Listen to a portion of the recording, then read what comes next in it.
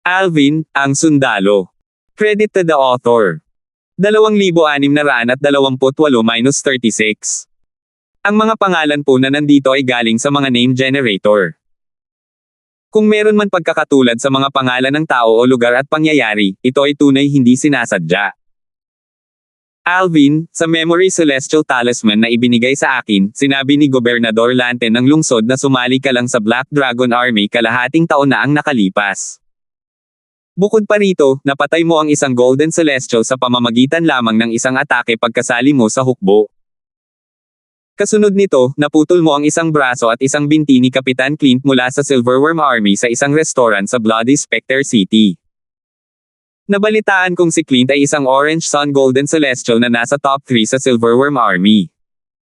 Dahil dito, ibinigay sa iyo ni Gobernador Lante ng lungsod ang isa pang pwesto. Halatang mataas ang tingin niya sa iyo. Mapagkumbabang sumagot si Alvin, nagiging mabait lang ang gobernador ng lungsod. Hindi mo kailangang maging mapagkumbaba, bahagyang ngumiti ang matanda. Hindi ka pa nga 100 taong gulang pero kaya mo nang talunin ang isang kapitan na isang Orange Sun Golden Celestial nasa top 3 sa Silverworm Army. Ibig sabihin, isa ka sa pinakamalakas na Golden Celestial sa Bloody Spectre City na wala pang 100 taong gulang. Hindi mapusok si City Governor Lantan. Dapat ay karapat-dapat ka sa pwestong ito na ibinigay niya sa iyo.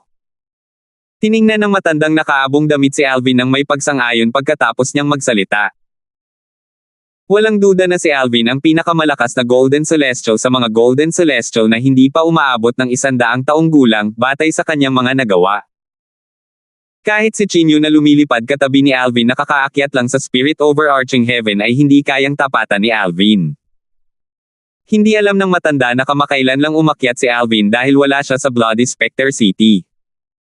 Gayunpaman, hindi niya ito paniniwalaan kahit alam niya ito. Biro ba yan?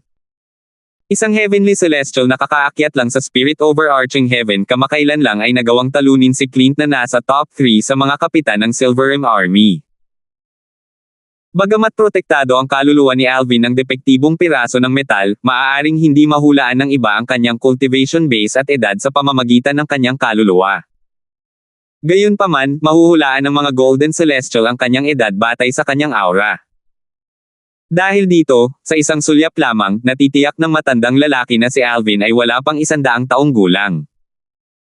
Tulad ng alam ninyong dalawa, ako ang espesyal na sugo mula sa ari-arian ng gobernador ng county. Ako si Brendan Zing, at ako ay isang elder sa panloob na ari-arian ng gobernador ng county. Tumingin ang matandang lalaki kina Alvin at Chinyu habang ipinakikilala ang kanyang sarili. Bagamat nanatiling hindi nagbabago ang ekspresyon ni Alvin, malinaw na nakaukit sa mukha ni Chinyu ang pagkagulat, isang elder ng Inner Estate. Tinitigan niya ang matanda at sinabing, Elder Brendan, batay sa aking kaalaman, 13 elder lamang ng Inner Estate ang nasa estate ng gobernador ng county. Bawat isa sa mga elder ng Inner Estate ay isang Violet Sun Golden Celestial. Tinitigan niya si Brendan nang may paghanga habang nagsasalita. Hindi niya alam na ang espesyal na sugo na ipinadala ng gobernador ng county ay isang elder ng Inner Estate at isang Violet Sun Golden Celestial. Isang Violet Sun Golden Celestial ang tugatog ng mga Golden Celestial at pinakamalapit sa pagiging isang Great Overarching Golden Celestial. Sa kabaligtaran, nanatiling kalmado at hindi naapektuhan si Alvin. Tutal, nalaman na niya ang tungkol kay Brendan sa pamamagitan ni Peggy sa pamamagitan ng voice transmission bago sila umalis sa Bloody Spectre City. Matagal na niyang alam na ang matandang ito ay isang Violet Sun Golden Celestial at isang Inner Estate Elder ng estate ng County Governor. Malayo ang siyam na lungsod mula sa County City ng Nine Hidden County. Hindi may iwasang may mga magnanakaw habang naglalakbay. Ang ilan sa mga magnanakaw na ito ay mga Violet Sun Golden Celestial. Dahil dito, ipinadala ng gobernador ng county ang mga elder ng Inner Estate sa siyam na lungsod upang samahan ang mga binata na napili pabalik sa County City. Ito ay para sa inyong kaligtasan, paliwanag ni Brendan. Tumango si Chinyu bilang tugon. Elder Brendan, tumingin si Alvin kay Brendan at mausisa na nagtanong, alam mo ba kung bakit kumukuha ang gobernador ng county ng mga Golden Celestial na wala pang 100 taong gulang mula sa siyam na lungsod tulad namin ni Chinyu? Hindi ko alam ang eksaktong dahilan, pero narinig kong may kinalaman ito sa mansyon ni Haring Ching. Sabi ni Brendan. Hindi na ito bago kay Alvin. Tutal, nalaman na niya ito kay Peggy, ang gobernador ng lungsod ng Bloody Spectre City. Sa kabaligtaran, isang hindi maintindihang emosyon ang sumilay sa mga mata ni Chin Yu nang banggitin ni Brendan ang mansyon ni Haring Ching. Natural lang, hindi ito napansin ni na Alvin at Brendan. Bigla, sinabi ni Brendan sa mahinang boses, kakausap ko lang tungkol sa mga magnanakaw. Hindi ko inaasahan na lilito sila ng ganito kaga. Ang kanyang mga mata ay nakatuon sa isang lugar sa kalangitan na parang may natuklasan siya. Sumunod din sina Alvin at Brendan at tumangala rin sa langit. Natuklasan nila na ang isa sa mga ulap ay tila naiiba sa iba. Swoosh! Swoosh! Sandaling ito, maraming figure ang lumipad mula sa takip ng ulap at agad silang pinalibutan. Tulad ng inaasahan sa isang Violet Sun Golden Celestial, natuklasan mo kami ng napakabilis.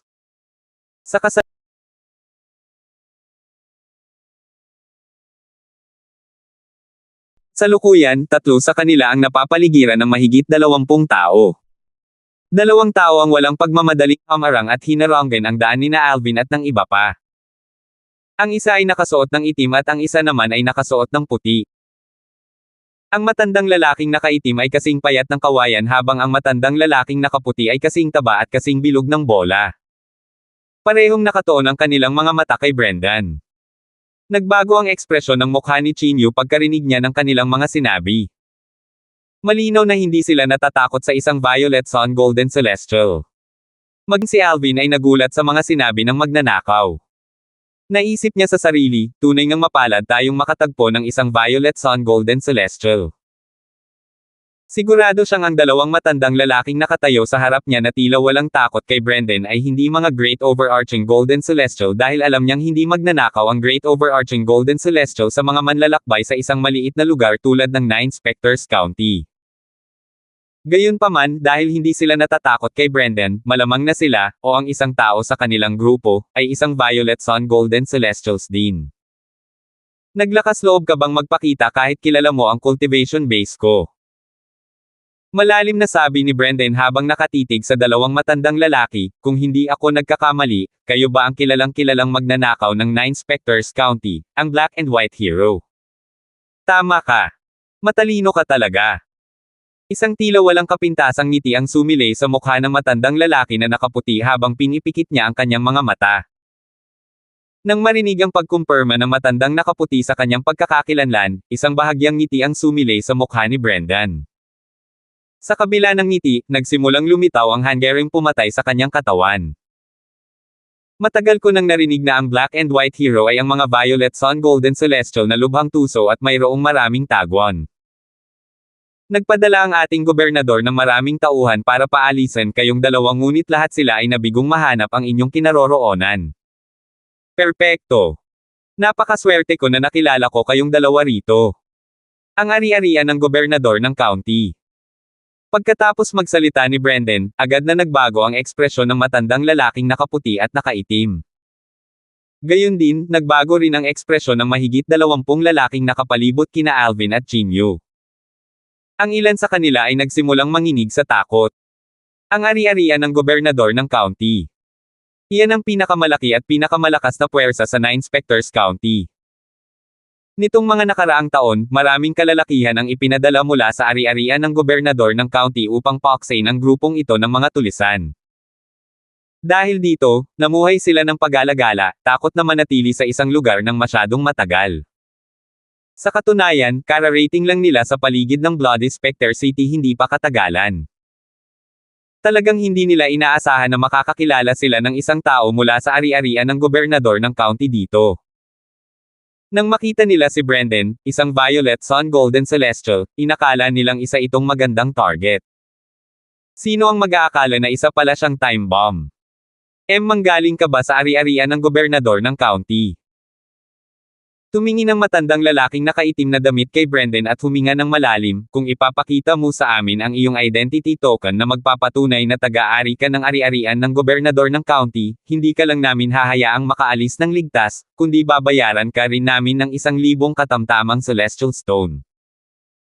Kung ang mga lalaking ito ay tunay na mula sa ari-arian ng gobernador ng lungsod, alam ng mga magnanakaw na hindi nila sila maaaring saktan. Kahit na mas mahina ang kabilang panig, hindi pa rin sila maglalakas loob na patayin sila.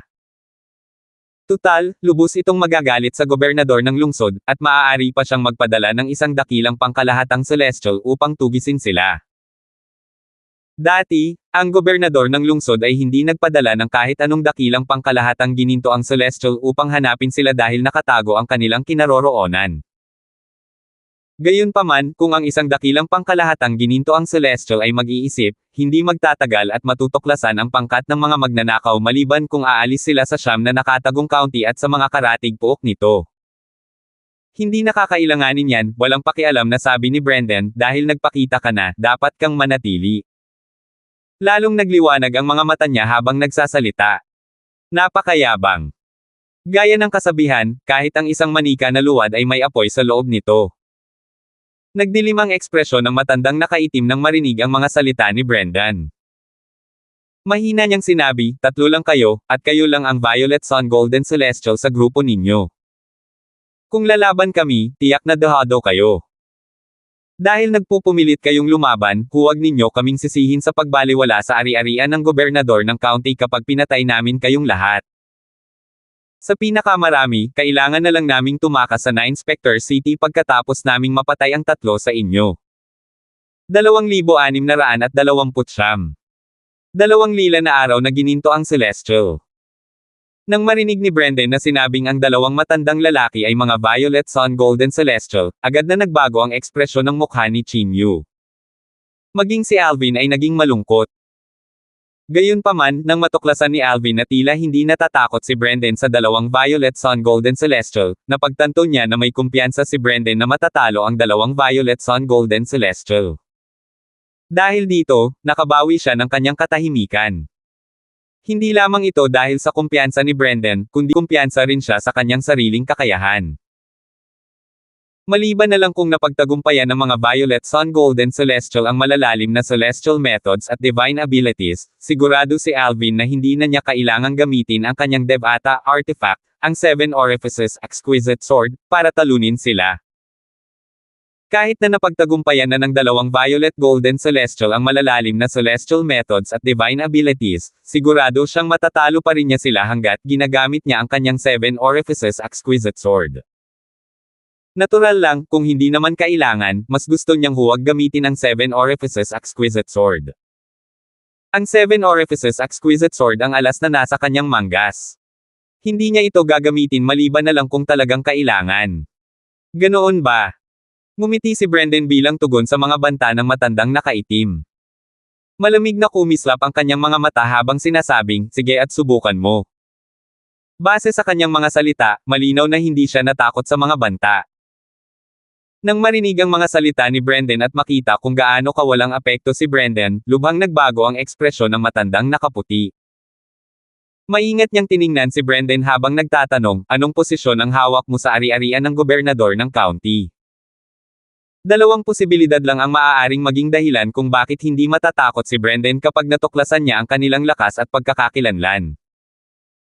Una, nagkukunwari lamang si Brendan, at pangalawa, tunay na walang takot si Brendan at may kumpiyansa siyang matatalo o mapapatay niya sila. Gayunpaman, batay sa sitwasyon, tila mas malamang na ang huli ang dahilan. Tandaan mo na si Brendan ang ari-arian ng gobernador ng county sa 9 Spectres County ang siyang pumatay sa iyo noong nasa impyerno ka. Pagkasabi ni Brendan, agad siyang kumilos. Isang marahas at malakas na puwersa ang lumabas sa kanyang katawan na parang buhawi. Dinala siya nito patungo sa itim at puting bayani. Brendan. Ang pangalawang pinakamalakas na tao sa 9 Spectres County bukod sa Great Overarching Golden Celestial sa 9 Spectres County. Malaki ang ipinagbago ng ekspresyon ng mga itim at puting bayani sa sandaling ito.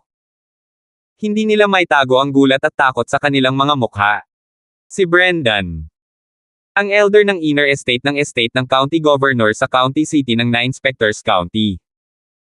Bukod sa Great Overarching Celestials, siya ang pangalawa sa pinakamalakas na tao sa buong 9 Spectres County. Ang pangalawang pinakamalakas na tao sa 9 Spectre County, maliban sa Great Overarching Golden Celestials.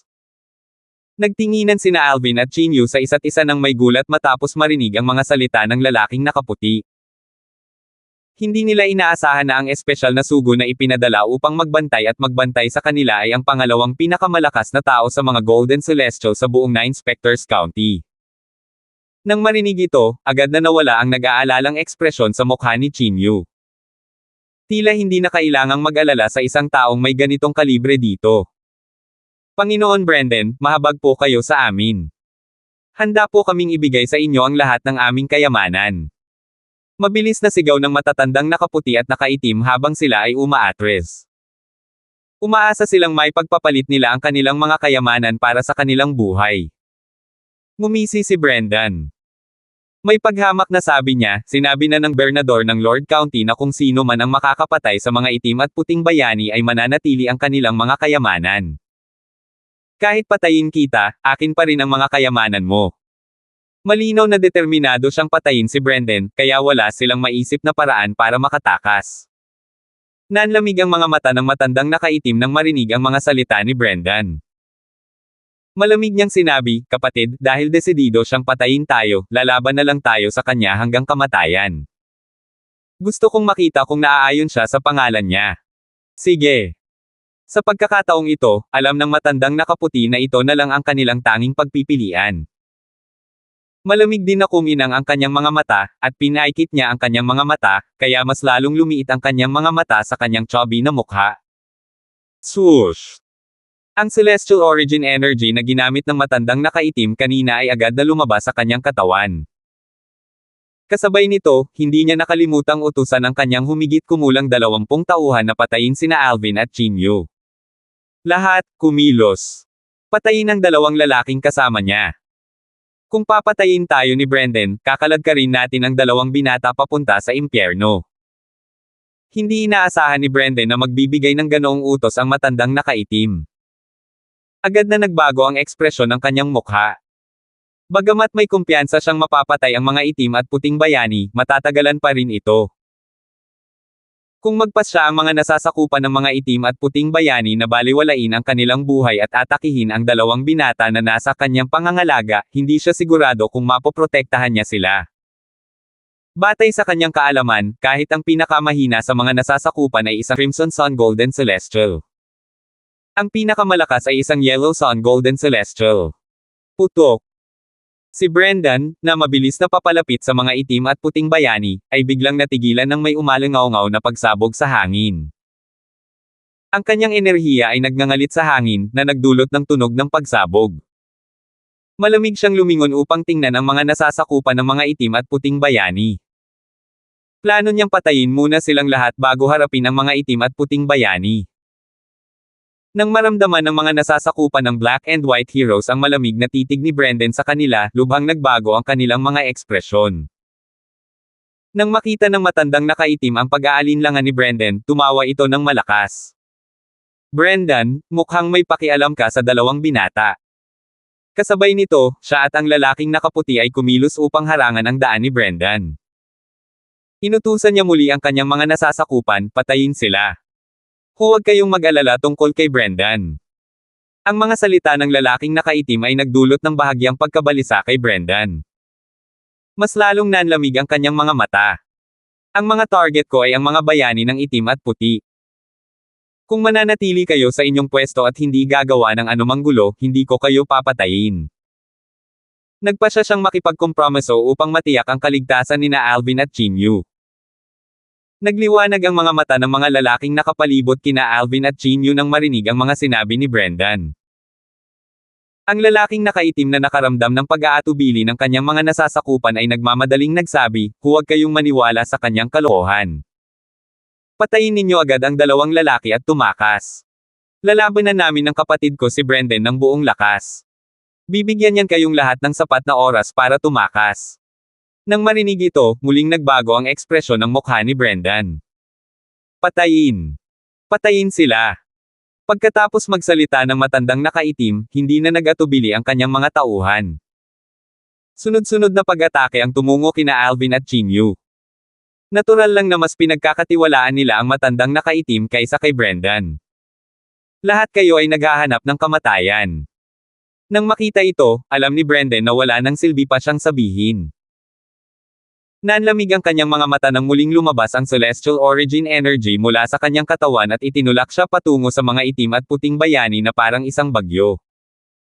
Brendan, dahil ito ang iyong desisyon, kasalanan mo ang kanilang pagkamatay. Masungit na sabi ng lalaking nakaitim. Kasabay nito, lumapit din siya kay Brendan.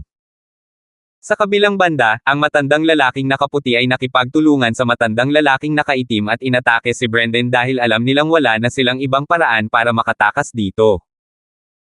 Samantala, nagulat si Alvin sa lakas ng mga lalaking nakapalibot sa kanya at kay Chinyu. Lahat sila ay mga gininto ang Celestial. Gayunpaman, hindi tulad ni Chinyu, kalmado siya. Naghahanap ng kamatayan. Malamig ang mga mata ni Alvin habang ang kanyang celestial origin energy ay dumadaloy sa kanyang 79 na heavenly veins at biglang lumabas sa kanyang katawan na parang 10,000 sinag ng espada. Umugong ang mga ito sa hangin, at maririnig ang matinis na tunog ng mga sigaw ng espada. Mula sa malayo, ang mga sinag ng espada ay nakasisilaw na parang araw. Ito ay lubhang kapansin-pansin. Elementary devouring tactic. Pagbuo ng espada. 13 Green Lotus Swords. Matapos gamitin ni Alvin ang lahat ng kanyang kakayahan, nakuha niya ang isang primitive celestial sword na nakuha niya sa Spirit Overarching Heaven. Sa kanyang palagay, dapat igalang ang mga lalaking ito na ginamit niya pa ang primitive celestial sword na ito para harapin sila. Hindi sila karapat-dapat sa Devata artifact, ang 7 Orifices Exquisite Sword. Gamit ang buong puwersa ng sword formation ni Alvin, 13 sa mga Golden Celestial na sumusugod sa kanya ang agad na napatay ng walang pagkakataong gumanti. Dugo ang tumalsik sa hangin, parang ulan ng dugo nang bumagsak ito. Putok. Kasabay nito, si Chinyu na nakatayo sa tabi ni Alvin ay malubhang nasugatan ng 11 Golden Celestial. Ang kanilang mga pag-atake ay patuloy na umulan kay Chinyu. Mamamatay na ba ako ngayon? Bahagyang may bahid ng kawalan ng pag-asa at pag-aatubili ang makikita sa mga mata ni Chinyu sa sandaling ito. Marami pa siyang kailangang makamit.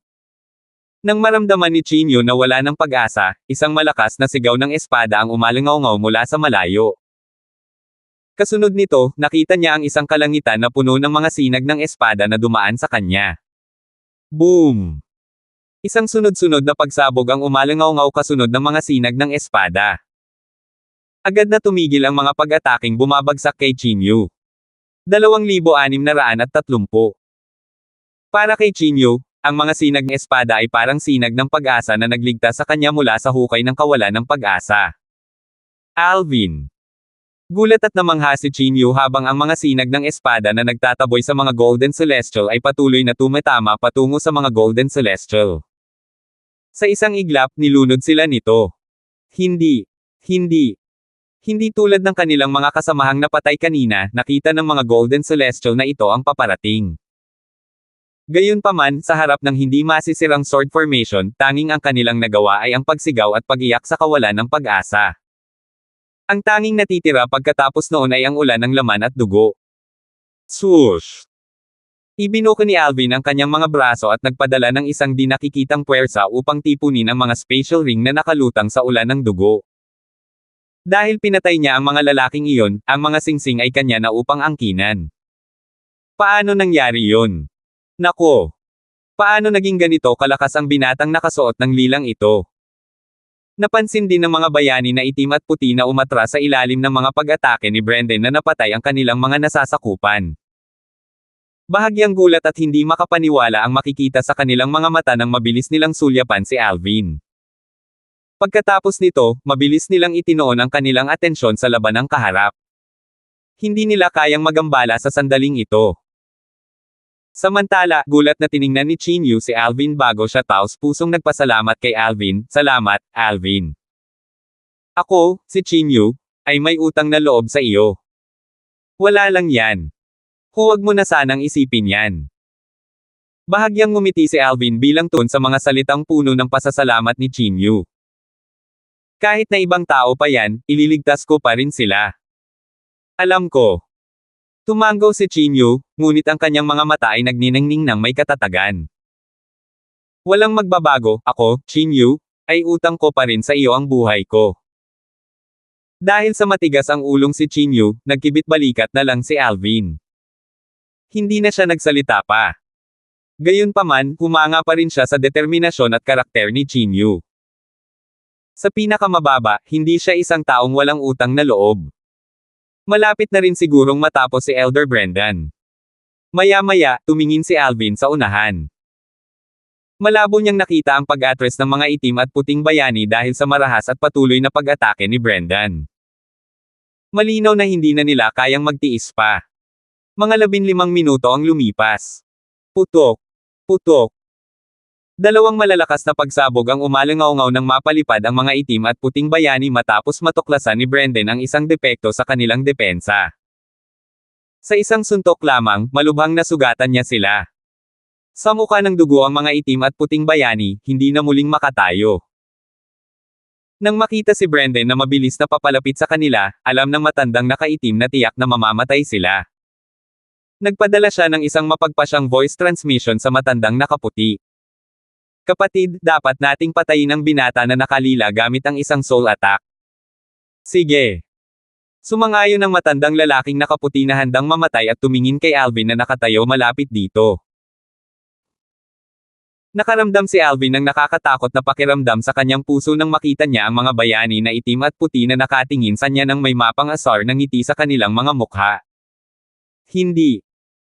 Natuklasan ni Brendan, na sumusugod sa mga itim at puting bayani, ang kanilang intensyon nang makita niyang hindi nila pinansin ang kanyang atake at sa halip ay nakatuon kay Alvin. Agad na nagbago ang kanyang ekspresyon. Swoosh! Swoosh! Napuno ng determinasyon ang mga mata ng mga itim at puting bayani habang may bahid ng liwanag na sumilay mula sa kanilang mga glabela. Agad na sumulpot ang dalawang bahid ng liwanag patungo kay Alvin. Ito ang kanilang mga soul attack. Swoosh! Susmariosep! Hindi mahalaga kung tangkaing tumakbo si Alvin, ang dalawang guhit ng kulay abong liwanag ay nakatutok sa kanya.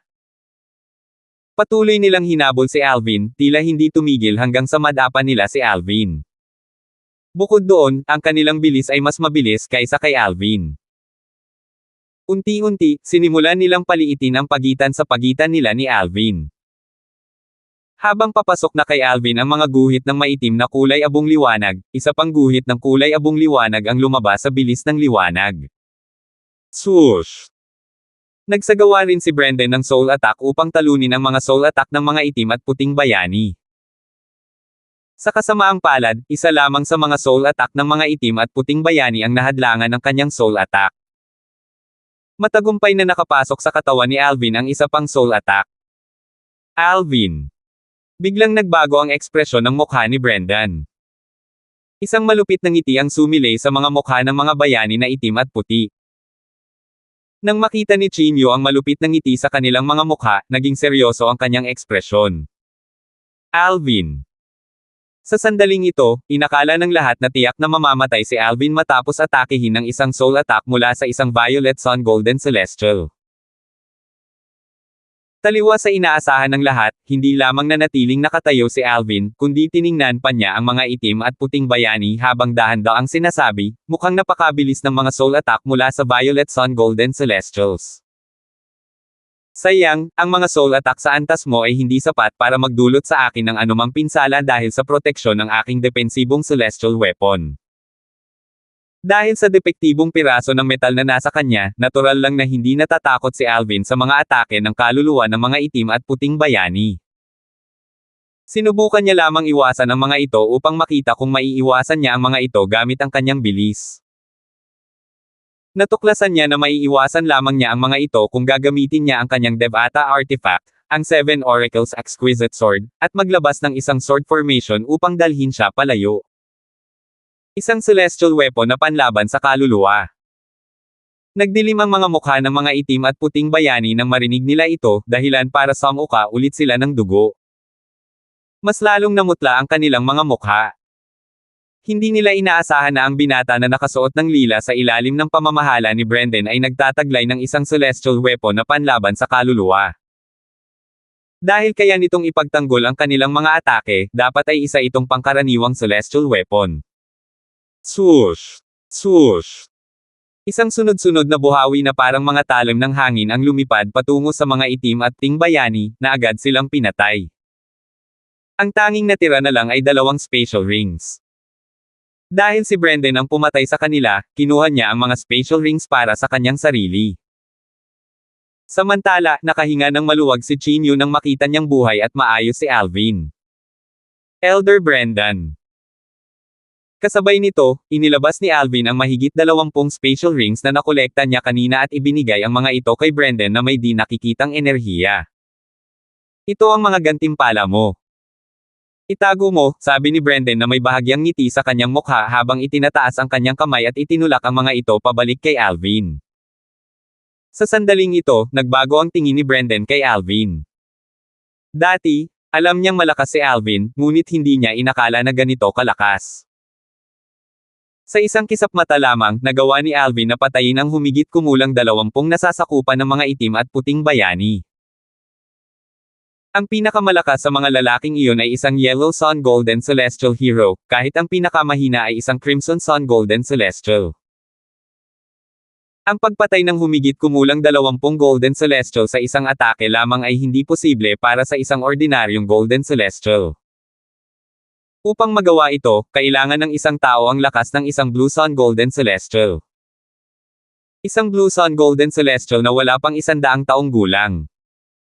Sa tingin ko siya ang pinakamalakas sa 18 taong napili mula sa 9 na lungsod sa 9 County Specters. Sa katunayan, natatakot ako na kahit ang 12 Golden Celestial na wala pang 100 taong gulang mula sa County City na personal na pinili ng gobernador ng Lord County ay hindi kasing lakas niya.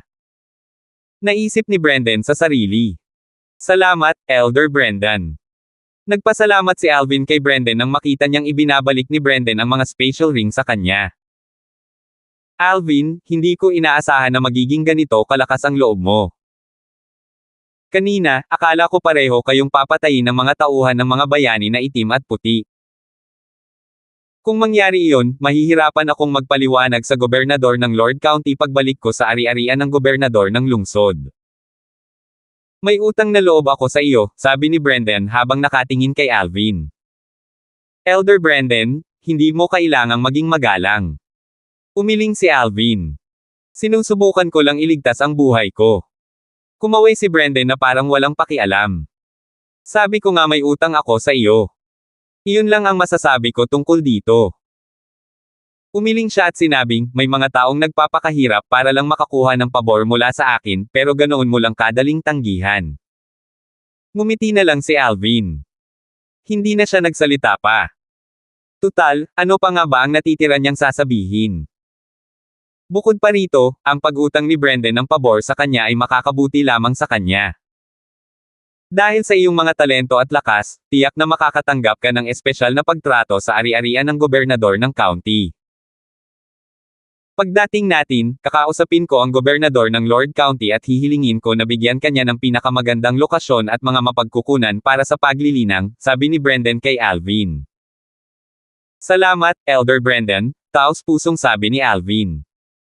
Nagningning ang kanyang mga mata nang marinig ang mga salita ni Brendan. 2,631. Habang nagpapatuloy sa nilang paglalakbay sina Alvin, Chinyu, at Brendan patungo sa County City of 9 Specters County, isang figure na pagod sa paglalakbay ang lumitaw sa lupain ng pamilyang yun sa Divine Offering Land. Yumuko ang figure sa dakilang batang Panginoon ng pamilyang yun, si Octavius, bago ito magalang na binati. Batang Panginoon. May ekspresyon ng takot sa mukha ang figure sa sandaling ito. Kung nandito si Alvin, makikilala niya ang lalaking ito. Ang lalaking ito ay walang iba kundi si Elias yun, ang makapangyarihang tao mula sa pamilyang yun na mas malakas kaysa sa karamihan ng mga Heavenly Emperor. Dati, muntik na niyang mapatay si Alvin sa Yanhuang Realm. Dahil sa intervention ni Joshua Reed, ang ikatlong master ng pamilyang Reed, nabigo siyang patayin si Alvin at kinailangan niyang tumakas pabalik sa Divine Offering Land. Nang makita ni Octavius ang ekspresyon sa mukha ni Elias, kumunat ang noo niya. Ano ba yon? May nangyari ba? Alam niyang wala sa ganitong kalagayan si Elias kung hindi ito seryoso. Young Master, nakatanggap ako ng balita mula sa isang miyembro ng pamilyang Reed na si Miss Natalie ay pumunta sa Realm Battlefield nang hindi nalalaman ng clan leader ng pamilyang Reed. Mahinang sabi ni Elias. Malaki ang ipinagbago ng ekspresyon ni Octavius nang marinig ito. Tiningnan niya si Elias habang malamig na nagniningning ang mga mata, ano? Sigurado ka bang hindi peke ang balitang natanggap mo? Pumunta ako sa ilang tao mula sa pamilyang Reed para beripikahin ang balitang ito. Sigurado akong totoo ang balitang ito. Gayunpaman, dahil ang pinuno ng angkan ng pamilyang Reed ay nasa Realm Battlefield din, natatakot akong hindi pa niya ito alam. Tutal, napakalawak ng Realm Battlefield at maraming pasukan. Napangiti si Elias ng mapait. Hindi pa bumabalik sa orihinal nitong estado ang kanyang cultivation base.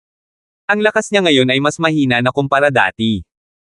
Sa katunayan, mas mahina siya kaysa sa pinakamahinang taong nakapasok sa Realm Battlefield. Bakit niya isinugol ang kanyang buhay para makapasok sa Realm Battlefield? Tanong ni Octavius nang may madilim na ekspresyon. Bilang pinakamatandang binibini ng pamilyang Reed, sa tingin ko ay iisa lang ang layunin ni binibining Natalie sa pagpasok sa Realm Battlefield. Malamang ay sinusubukan niyang mabawi ang kanyang lakas at lumakas sa maikling panahon, malakas na haka-haka ni Elias.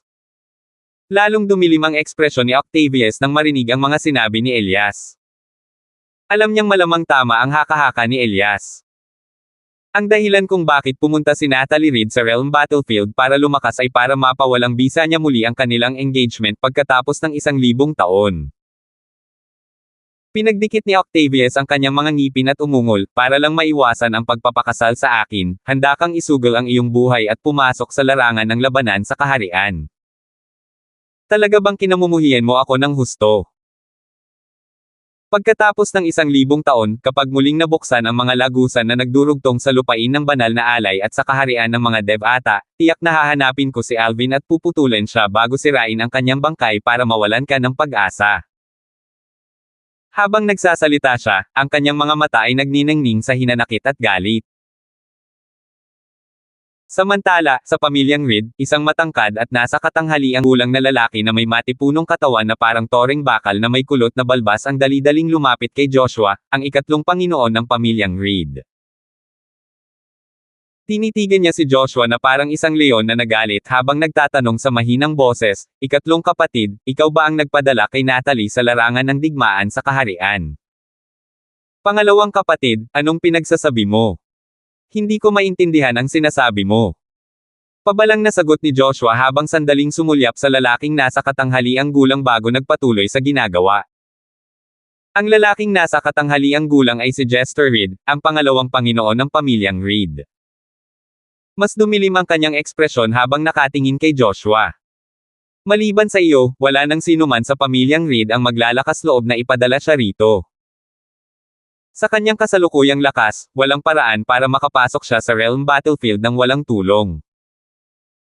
Pangalawang kapatid, huwag kang mag-akusa ng walang basehan kung wala kang ebidensya.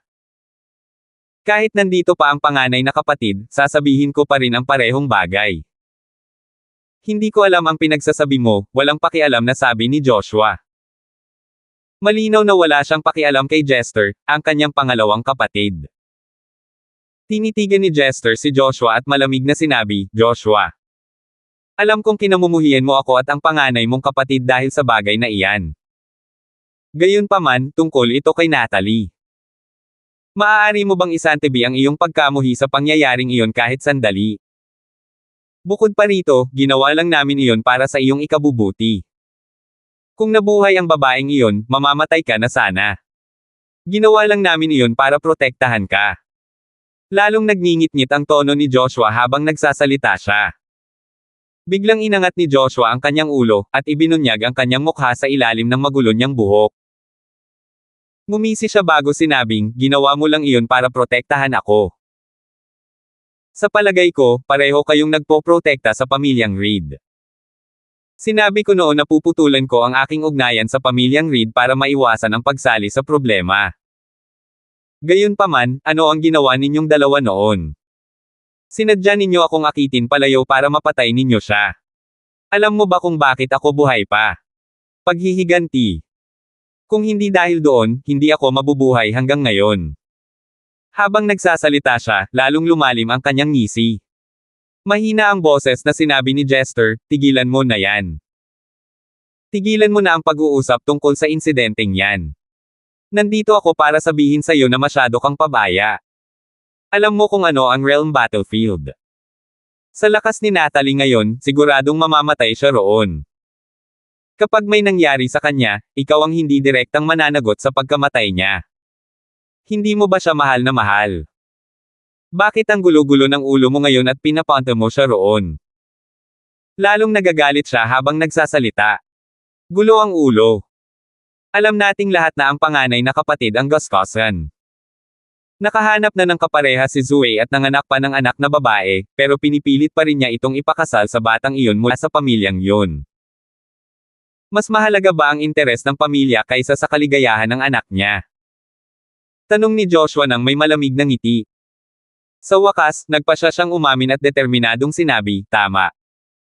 Ako ang nagpadala kay Zoe sa larangan ng labanan sa kaharian.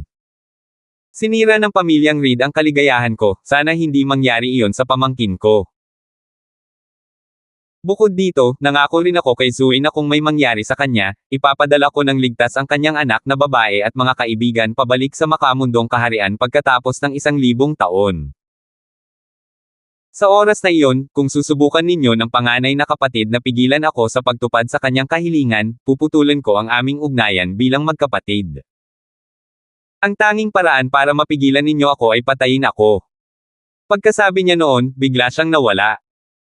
Nanginig sa galit si Jester at ang kanyang ekspresyon, na bahagyang natatakpan ng kanyang kulot na balbas, ay naging hindi magandang tingnan.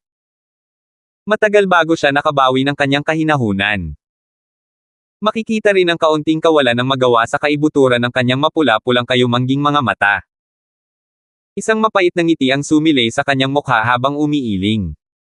Kapag nalaman ito ng panganay na kapatid, magagalit siya. Natural lamang na walang alam si Alvin sa nangyayari sa lupain ng banal na alay. Sa sandaling ito, naglalakbay siya kasama sina Chinyu at Brendan patungo sa lungsod ng county ng Nine Specters County. Matapos suriin ang laman ng mahigit 20 special rings mula sa mga magnanakaw, wala siyang nakitang kahit anong tableta. Naisip niya, mukhang napakahalaga ng Pretibong Spirit Nourishing Pill na ibinigay sa akin ng gobernador ng lungsod. Sa anumang kaso, ang mga magnanakaw na iyon ay talagang mayroong maraming celestial stones. Mayroong humigit kumulang 100 kilalang celestial stones at mas karaniwan pang celestial stones. Kung tungkol naman sa primitibong celestial stones, hindi mabilang ang mga ito. Mayroon ding ilang celestial weapons. Napatay na niya ang mga magnanakaw bago pa man nila mailabas ang kanilang mga celestial weapons. Sa sandaling ito, narinig ni Alvin ang isang boses na ipinadala sa pamamagitan ng voice transmission. Ito ay mula kay Chinyu. Alvin, totoo ba nakakaakyat mo lang sa Spirit Overarching Heaven mga kalahating taon na ang nakalipas tulad ng sinabi ng mga tao mula sa Silverworm Army? Nagulat si Alvin sa biglaang tanong na ito. Humarap siya kay Chinyu at ibinahagi ang kanyang boses. Naniniwala ka ba sa kanila? Nahihirapan akong paniwalaan ang mga sinasabi ng mga taong iyon, pero naniniwala ako sa mga sinasabi mo. Sagot ni Chinyu sa pamamagitan ng voice transmission.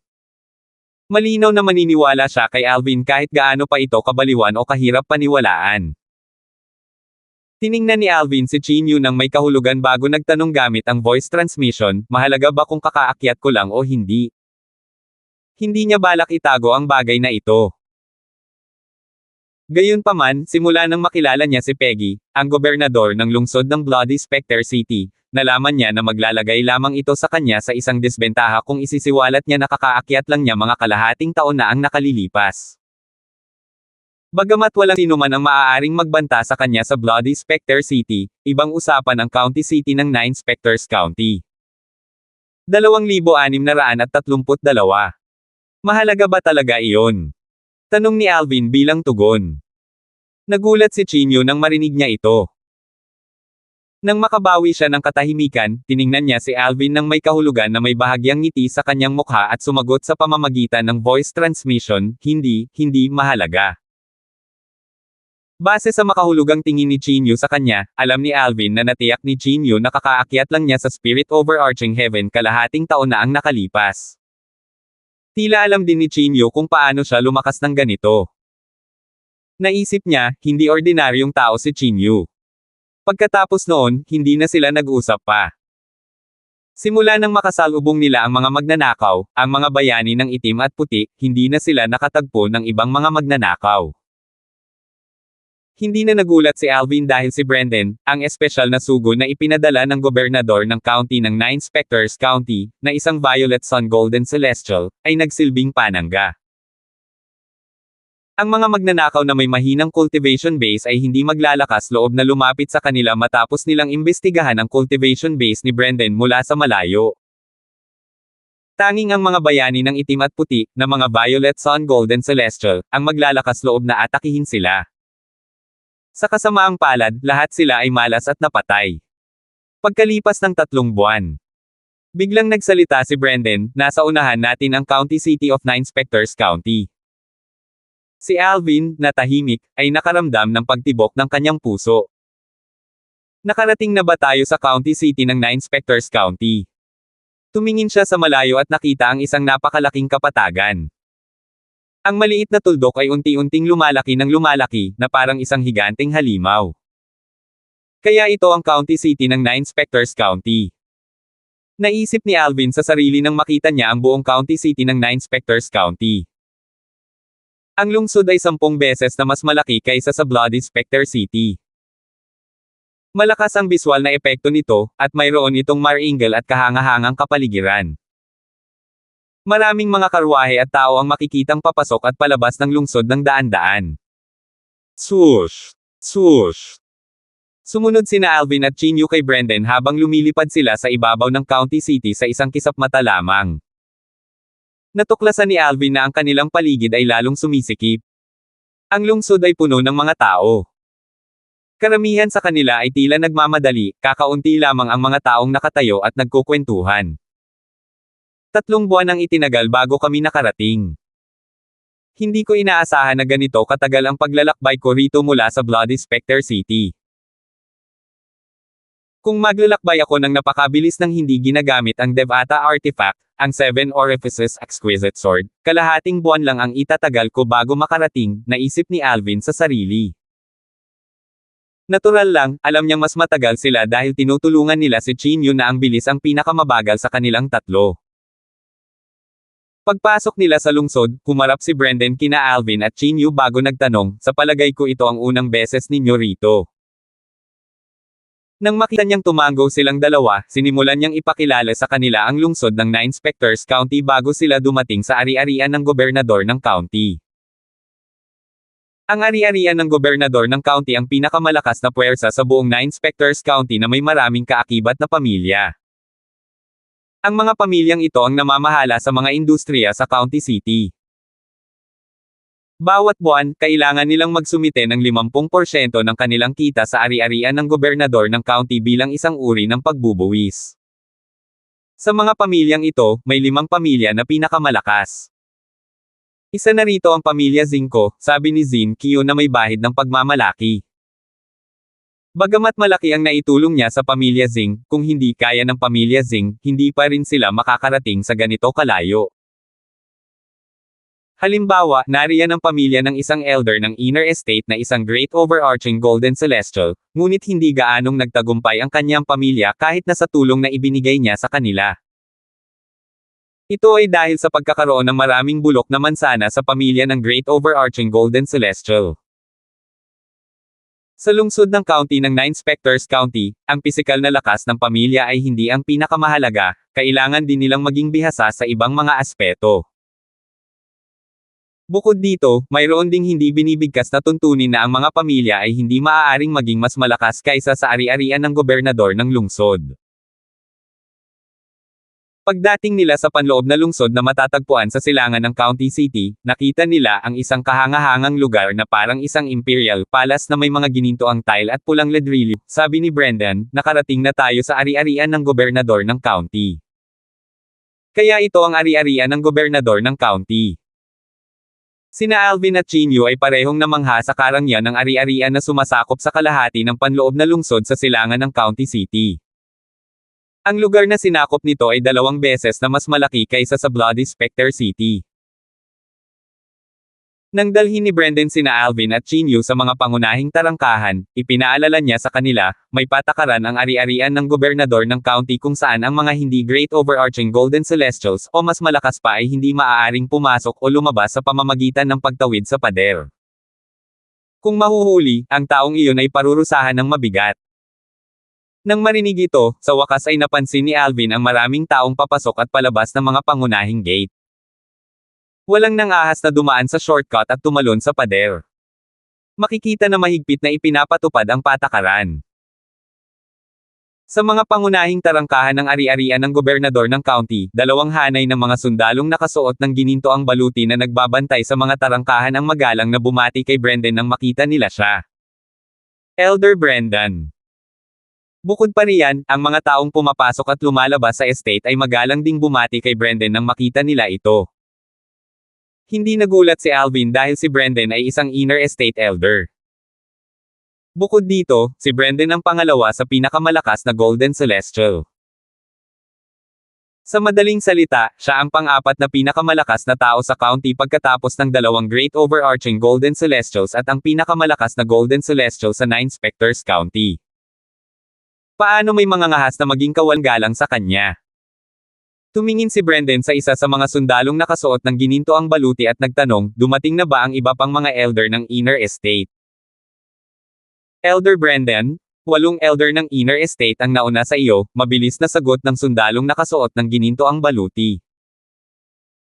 Mukhang ang Bloody Specter City ay matatagpuan sa pinakamalayo mula sa county city ng 9 Specters County. Hindi naging mahirap para kay Alvin na dumating sa konklusyong ito. Ang iba pang mga elder sa inner estate ay malamang na ipinadala rin upang sunduin ang iba pang mga kandidato mula sa iba pang mga lungsod sa 9 Specters County. Sige. Bahagyang tumango si Brendan sa sundalo bago siya pumasok sa ari-arian ng gobernador ng county. Sinundan siya nina Alvin at Chinyu papasok. Hindi sila pinigilan ng mga gwardya. Nang pumasok si Alvin sa lupain ng gobernador ng county, narinig niya ang mga bulungan sa kanyang paligid. Kaya sila pala ang mga taong sinundo ni Elder Brendan. Saang lungsod ipinadala si Elder Brendan? Narinig ko ang mga taong nag-uusap tungkol dito, pero nakalimutan ko na. Pumunta si Elder Brendan sa Bloody Specter City, di ba? Lungsod ng madugong multo. Iyan ang lungsod na pinamumunuan ni Lord Peggy, tama ba? Oo nga. Ito rin ang pinakamalayong lungsod mula sa county city ng 9 Specters County. Nagtataka ako kung bakit iniwan ni Lord Peggy ang ari-arian ng gobernador ng county para maging gobernador ng lungsod sa isang lungsod na napakalayo. Nabalitaan kong may higit pa sa bagay na ito kaysa sa sinabi sa atin. Sa sandaling ito, malakas na humajejek si Brendan. Nang marinig ito, marami sa mga taong iyon ang nanginig sa takot at agad na tumigil sa pagchichismas. Mukhang sikat ang gobernador ng lungsod noon sa lupain ng gobernador ng county. Kung hindi siya maaalala ng mga tao, naisip ni Alvin sa sarili. Elder Brendan, dati bang naninirahan ang gobernador ng lungsod ng Bloody Specter sa ari-arian ng gobernador? Tanong ni Chinyu. Hindi niya alam ang nangyari noon, kaya naman nagulat siya. Oo. Si Gobernador Lante ng lungsod ay dating isang mahusay na tagapayo ng gobernador ng Lord County. Gayunpaman, dahil sa ilang mga bagay, pumunta siya sa Bloody Specter City. Ano ba ang mahalaga? Tanong ni Chinyu na may pagtataka. Hindi niya maintindihan kung bakit aalis si Peggy sa ari-arian ng gobernador ng county upang maging gobernador ng lungsod sa Bloody Specter City. Tila maliit at walang gaanong halaga ang Bloody Specter City kumpara sa malaki at mayamang county city ng 9 Specters County. Hindi ko maginhawa para sa akin na pag-usapan ang bagay na iyan. Umiling si Brendan. Pagkatapos, tila may naalala siya habang lumingon kay Alvin. Pinayuhan niya ito, Alvin, kung sinabi ko na kung gusto kang tanggapin ni Lord Revered Elder Thomas bilang disipulo niya, huwag mo siyang tanggihan. Naalala niya lang na ang isa sa dalawang lalaki mula sa Bloody Spectre City ay may mataas na talento, at posible na gusto siyang tanggapin ng revered elder bilang disipulo niya. 2633. Nang maalala ni Brendan ang dahilan kung bakit kinailangang umalis ni Peggy sa pain ng gobernador ng county, bumantong hininga siya sa loob-loob. Hindi niya nais na maranasan ng isang batang henyo tulad ni Alvin ang parehong kapalaran ng direktang disipulo ni Peggy. Dahil dito, pinayuhan na niya si Alvin kanina. Bago pa man makasagot si Alvin, hindi napigilan ni Chinyu na magtanong, Thomas. Elder Brendan, si kagalang-galang na Elder Thomas ba ay isa sa dalawang dakilang pangunahing gininto ang Celestial sa ating Nine Spectres County? Ang isa pang dakilang pangunahing gininto ang Celestial ay ang ating gobernador ng county, tama ba? Bilang isa sa dalawang dakilang pangunahing gininto ang Celestial sa Nine Spectres County, natural lang na narinig na niya ang tungkol kay Thomas. Sa katunayan, sikat din si Thomas sa iba pang mga county na pinamumunuan ng mansyon ni Haring Ching. Oo, siya nga iyon. Ang kagalang-galang na Elder Thomas ay isa sa dalawang dakilang pangunahing gininto ang Celestial sa Nine Spectres County. Ang kanyang lakas at posisyon ay pangalawa lamang sa gobernador ng Lord County, sagot ni Brendan sa tanong ni Chinyu, ngunit si Alvin ang kanyang tinitingnan. Tila natatakot siyang hindi alam ni Alvin kung sino si Thomas. Nagulat si Alvin. Naalala niya ang kwentong sinabi sa kanya ni Peggy, at medyo natagalan bago siya nakabawi ng loob bago siya mahinahong sumagot, Elder Brendan, mayroon na akong master, at hindi na ako tatanggap ng pangalawa. Sinabi niya ito ng walang emosyon, malinaw na ipinapakita na nagsasabi siya ng totoo at hindi gumagawa ng dahilan. Kinilala niya si Sword Saint Berting, ang taong nagturo sa kanya ng Sovereign Heart Sword, bilang kanyang master kahit hindi niya nakilala si Berting. Sa katunayan, hindi niya alam kung buhay pa si Berting matapos tumakas sa Ozerehel, isa sa 7 pinakamalalang lugar sa Devata Realms. Gayunpaman, kinilala pa rin niya si Berting bilang kanyang master. Malaki ang ipinagbago ng ekspresyon ni Brendan. Agad niyang tinanong si Alvin sa pamamagitan ng voice transmission, Alvin, alam mo ba ang dahilan kung bakit umalis si Gobernador Lanten ng city sa estate ng Count Governor papuntang Bloody Spectre City? Hindi na hinintay ang sagot ni Alvin, isiniwalat na niya ang lahat ng nangyari noon. Pinatunayan din ng mga salita ni Brendan na nagsasabi ng totoo si Peggy. Mukhang hindi ko na kayang talikuran ang kasunduan natin, naisip ni Alvin. Bagamat sigurado siyang hindi nagsisinungaling si Peggy, nakaramdam pa rin siya ng kaunting kirot sa kanyang puso nang marinig ang kumpirmasyon mula kay Brendan. Kung tatanggihan ko si Thomas, sa tingin mo ba ay papatayin niya ako tulad ng ginawa niya sa direktang disipulo ni Gobernador Lanten ng lungsod? Tanong ni Alvin sa pamamagitan ng voice transmission habang nakatingin kay Brendan. Nang makita ni Brendan ang determinasyon ni Alvin, alam niyang walang saysay ang patuloy na paghikayat dito. Sinabi niya, kung gayon, hihingi ako ng pabor sa gobernador ng county upang iligtas ang buhay mo kapag nakita ko siya mamaya. Maituturing itong kabayaran sa nangyari kanina. Elder Brendan, hindi ba't sinabi mong nandito tayo dahil sa mansyon ni Haring Ching? Kung gusto tayo ng mansyon ni Haring Ching, hindi ako mapapatay ni Thomas dahil sa personal niyang dahilan, di ba? Kumunat ang noo ni Alvin habang nagtatanong gamit ang voice transmission. Dahil ang mansyon ni Haring Ching ay nagtipon ng mga gininto ang Celestial na wala pang 100 taong gulang sa lungsod ng Siyam na Multo, maituturing silang mga tao mula sa mansyon ni Haring Ching. Dahil dito, hindi inakalang maglalakas loob si Thomas na patayin siya para sa sarili niyang dahilan. Kung malalaman at pahalagahan ka ng mansyon ni Haring Ching, tiyak na hindi ka maglalakas loob na patayin ni kagalang-galang na Elder Thomas. Ang problema, hindi ka kilala ng mansyon ni Haring Ching sa ngayon kahit na napakatalino mo. Kung papatayin ka ni kagalang-galang na Elder Thomas bago pa man malaman ng mansyon ni Haring Ching ang tungkol sa iyong pag-iral, tiyak na pananagutin ng gobernador ng Lord County ang kapalit ni kagalang-galang na Elder Thomas kapag namatay ka na. Tutal, maaaring magdamdam ang mansyon ni Haring Ching kung malalaman nila ang katotohanan. Matapos ang napakaraming sinabi ko, sigurado akong naiintindihan mo ang gusto kong sabihin, hindi ba? Sagot ni Brendan sa pamamagitan ng voice transmission. Oo, naiintindihan ko. Tumanggaw si Alvin. Nagdilim ang kanyang ekspresyon nang mapagtanto ang mapanganib na sitwasyon na kanyang kinalalagyan. Kakasabi lang ni Brendan na gagawin ng gobernador ng county ng 9 Inspectors County ang kanyang makakaya upang protektahan si Thomas dahil sa halaga ni Thomas kung papatayin siya ni Thomas bago pa man siya makilala ng mansyon ni Haring Ching. Mukhang kailangan kong magpakalakas sa lalong madaling panahon para matalo ko si Thomas at maibalik siya sa gobernador ng lungsod kapalit lokasyon ng apoy na langit, naisip ni Alvin sa sarili. Sa kasalukuyan, labis siyang determinado na magpakalakas. Hiniling niya na magkaroon na siya ng lakas para matalo si Thomas ngayon. Sa sandaling ito, nagtanong si Chinyu, Elder Brendan, saan tayo titira? Hindi ako sigurado, pero dadalhin ko kayo sa isang lugar na pansamantala ninyong matutuluyan. Samantala, makikipagkita ako sa gobernador ng Lord County upang magulat tungkol sa mga bayani ng itim at puti. Sa oras na iyon, tatanungin ko ang tungkol sa kanyang kasunduan para sa inyong dalawa, sagot ni Brendan. Pagkatapos niya silang dalhin sa kanyang tirahan, sinabi niya bago siya umalis, mangyaring manatili muna kayo rito pansamantala.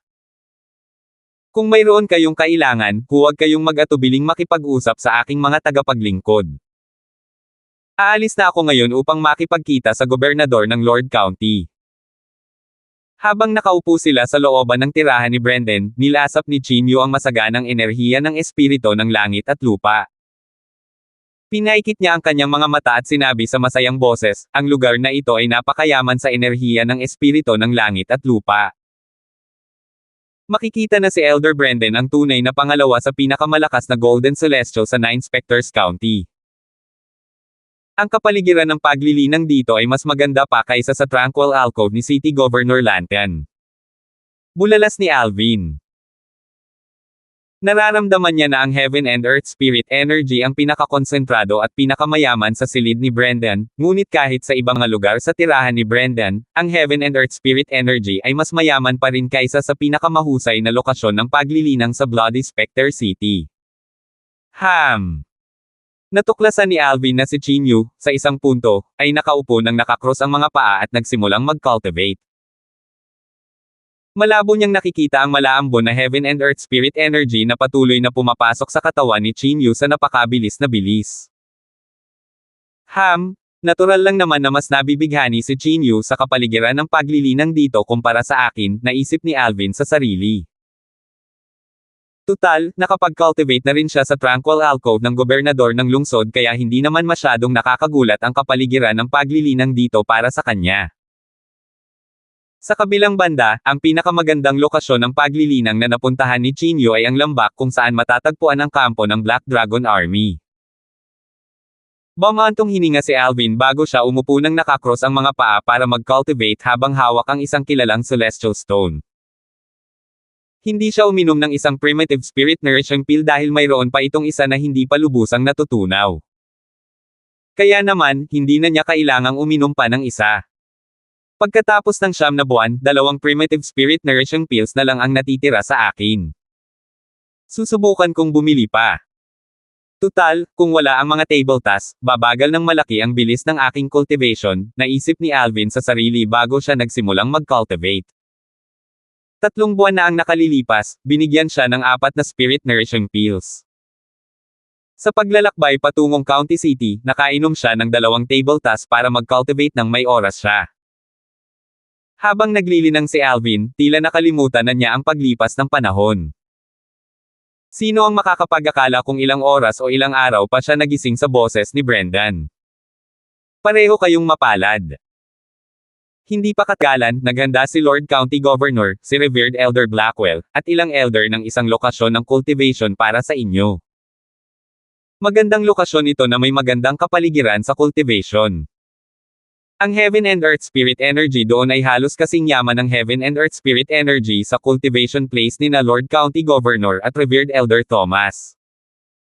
Ang kanilang mga cultivation place ay itinuturing na pinakamahusay sa 9 Inspectors County, sabi ni Brendan habang may bahid ng inggit sa kanyang mga mata. Bagamat maganda ang kanyang cultivation environment, malayo pa rin ito kumpara sa cultivation environment ni na County Governor at Thomas. Nagliwanag ang mga mata ni Chinyu sa pananabik nang marinig niya ang mga sinabi ni Brendan.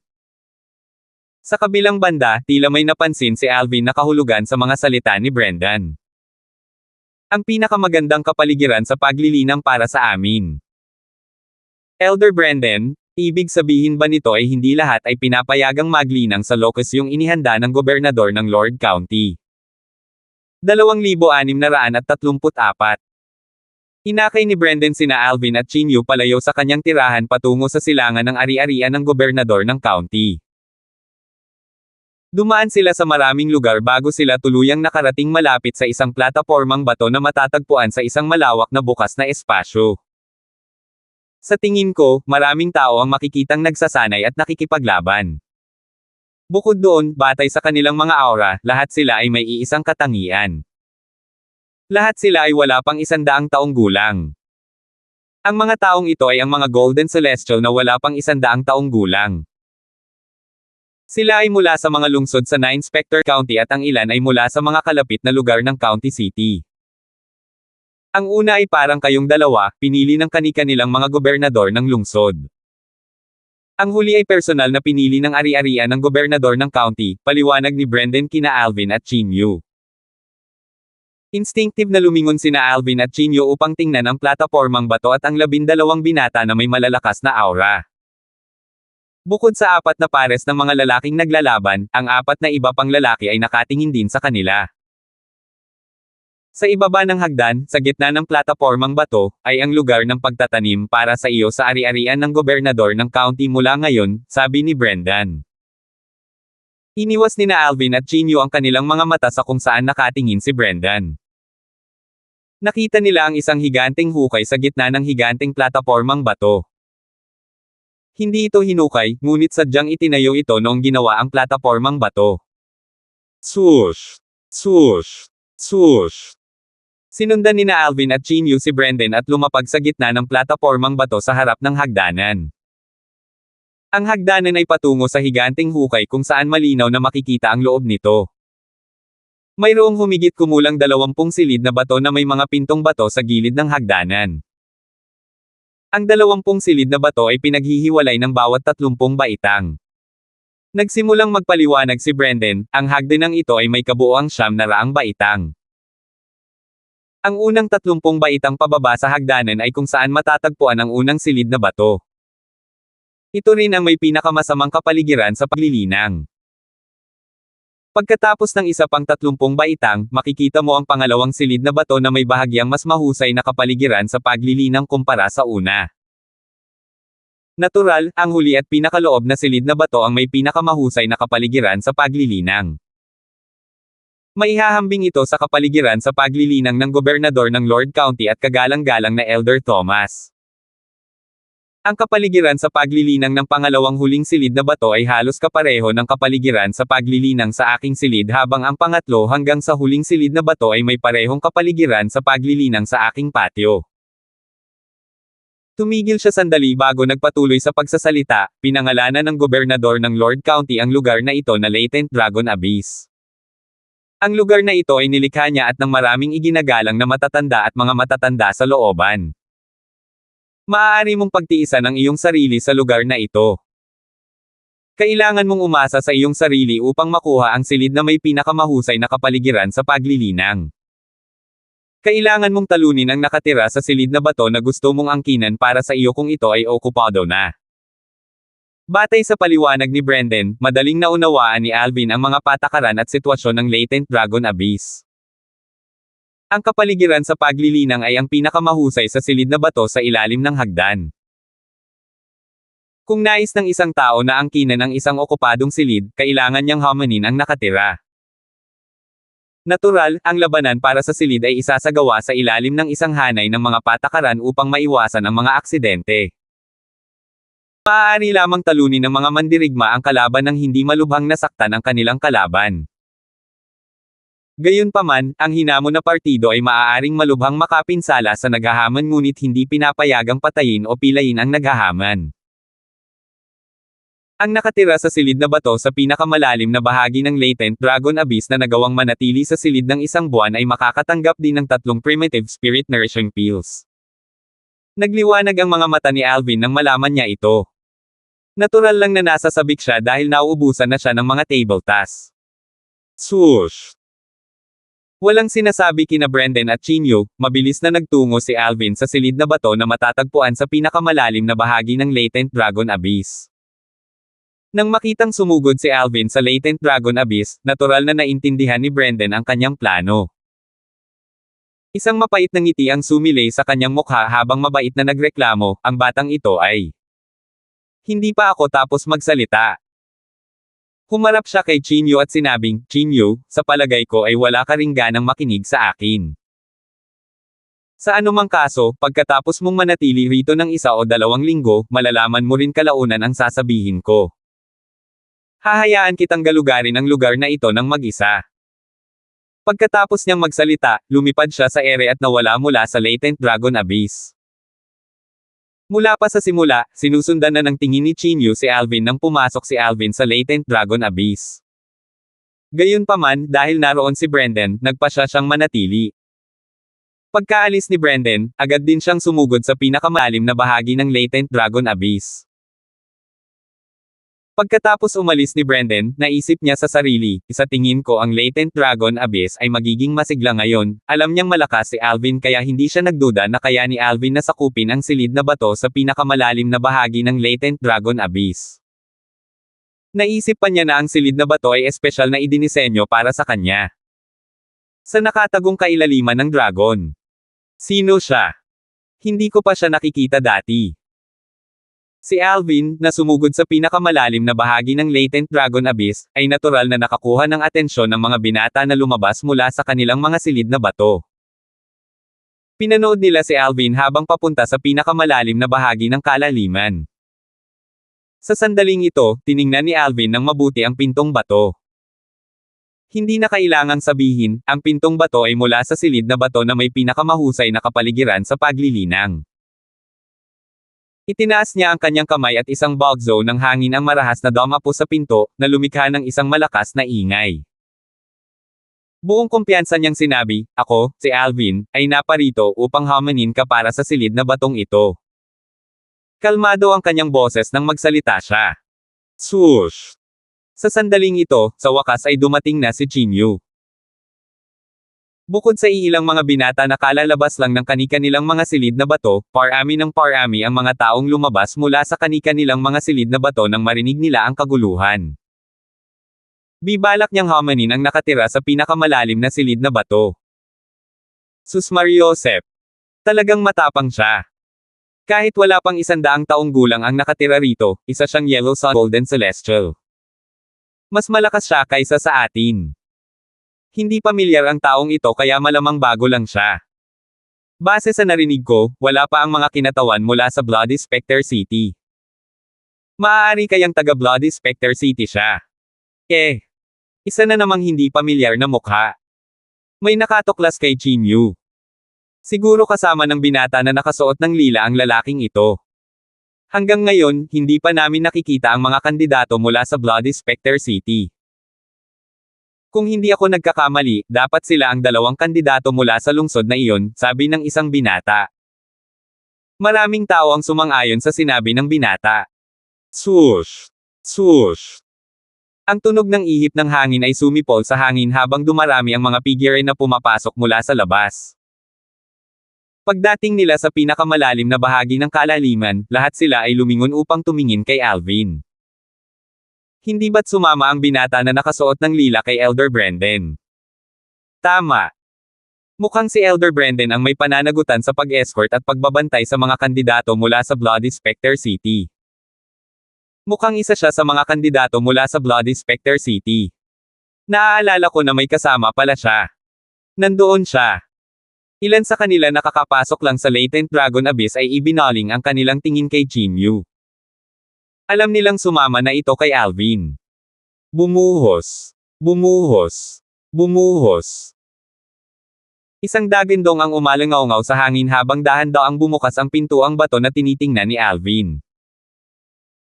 Kasabay nito, isang malamig at walang emosyong boses ang umalingaw-ngaw mula sa likod ng pinto, plano mo ba akong hamanin para sa silid na batong ito?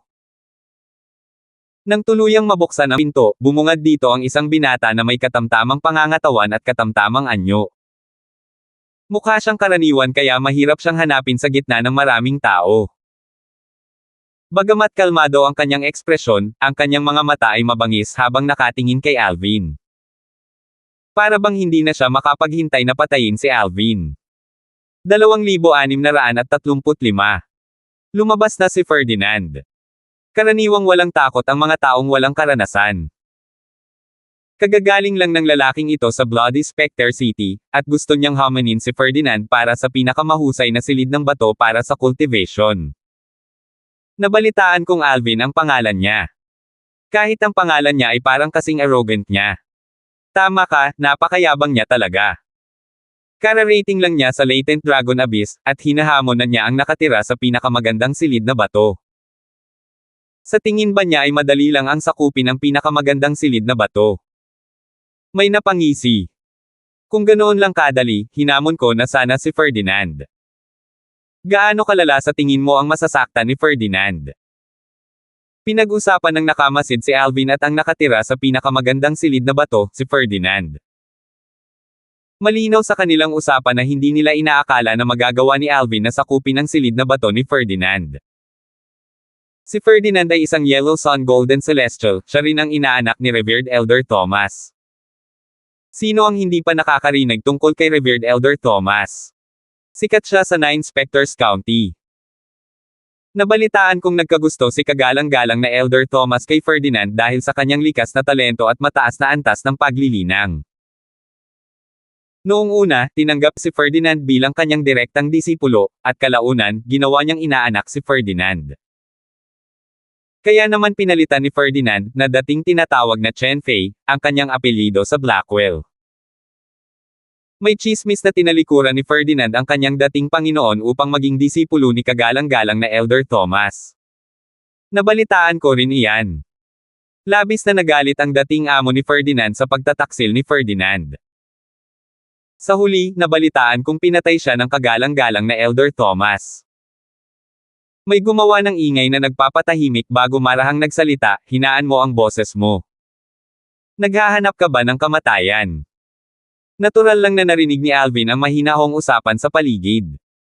Sa pamamagitan nito, nalaman niya ang pagkakakilanlan ng binata na nakatayo sa harap niya. Anak ng inaanak ni Thomas. Pinaikit ni Alvin ang kanyang mga mata habang pinag-aaralan ang binata na nagngangalang Ferdinand. Nanatiling kalmado si Ferdinand nang walang pagbabago sa kanyang ekspresyon sa kabila ng mga talakayan tungkol sa kanyang pagtataksil sa kanyang dating Panginoon at kung paano pinatay ni Thomas ang kanyang dating Panginoon. Patuloy niyang pinagmasdan ang tila hindi apektadong si Ferdinand, hindi niya ito maintindihan, bago niya tuluyang natuklasan ang isang kislap ng galit sa kanyang mga mata. Napatawa siya sa loob-loob. Bueno, hindi naman siya kasing apektado ng tila inaakala niya. Akala ko wala siyang pakialam. Swoosh! Habang pinagmamasdan pa rin ni Alvin si Ferdinand, gumawa ng hakbang si Ferdinand. Hindi inaasahan, hindi siya lumapit kay Alvin. Sa halip, naglakad siya papunta sa grupo ng mga nanunood. Nakatuon ang kanyang tingin sa isang lalaki. Parang ang lalaking ito ang nagsabing pinagtaksilan ni Thomas ang kanyang dating amo para sumunod kay Thomas. Nakilala ni Alvin ang lalaking tila naging target ni Ferdinand. Sa sandaling ito, sinabi ni Ferdinand sa malamig na boses, sa palagay ko ay hindi isang pagtataksil ang pagpili ng pinunong susundin. Napakalamig ng kanyang boses na para bang nasa isang kuweba ng yelo ang mga tao. Ang ekspresyon ng binata na nagsalita ng walang ingat kanina ay lubhang nagbago. Umiling siya sa gulat at dali-daling ikinumpas ang kanyang mga kamay. Ferdinand, ako. Nagsasalita lang ako ng casual. Ako. Wala naman ibig sabihin iyon.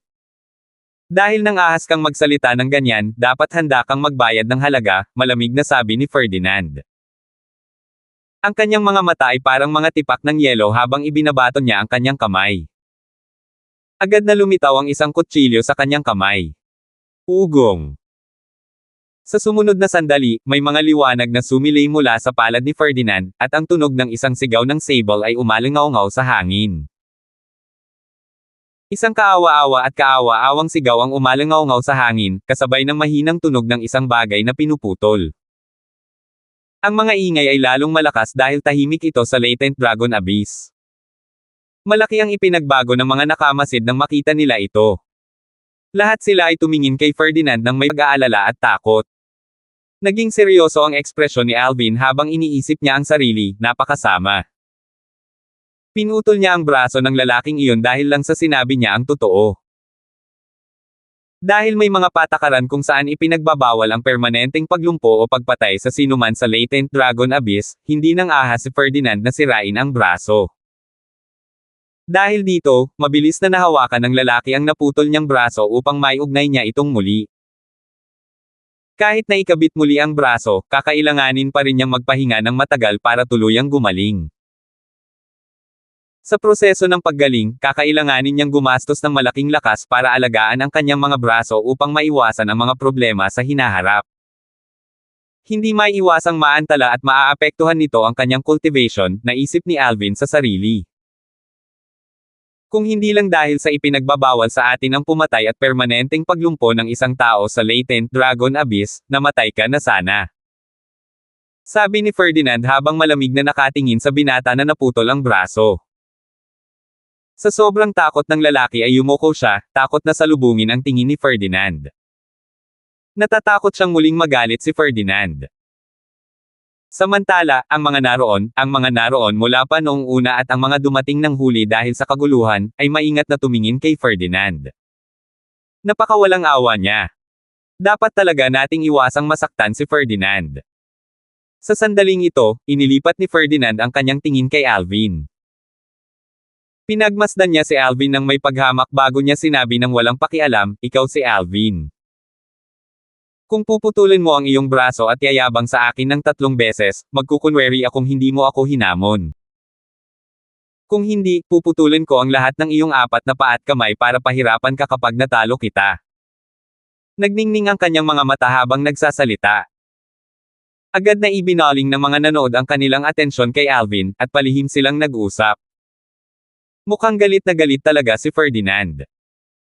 Iniisip ko kung matalino ba itong lalaking ito mula sa Bloody Spectre City. Kung alam niya kung ano ang makakabuti para sa kanya, dapat niyang putulin ang isa sa mga braso niya. Tutal, gagaling din naman ito agad. Kung puputulin ni Ferdinand ang lahat ng 4 niyang paa at kamay, mahihirapan siyang tuluyang gumaling. Tama iyan.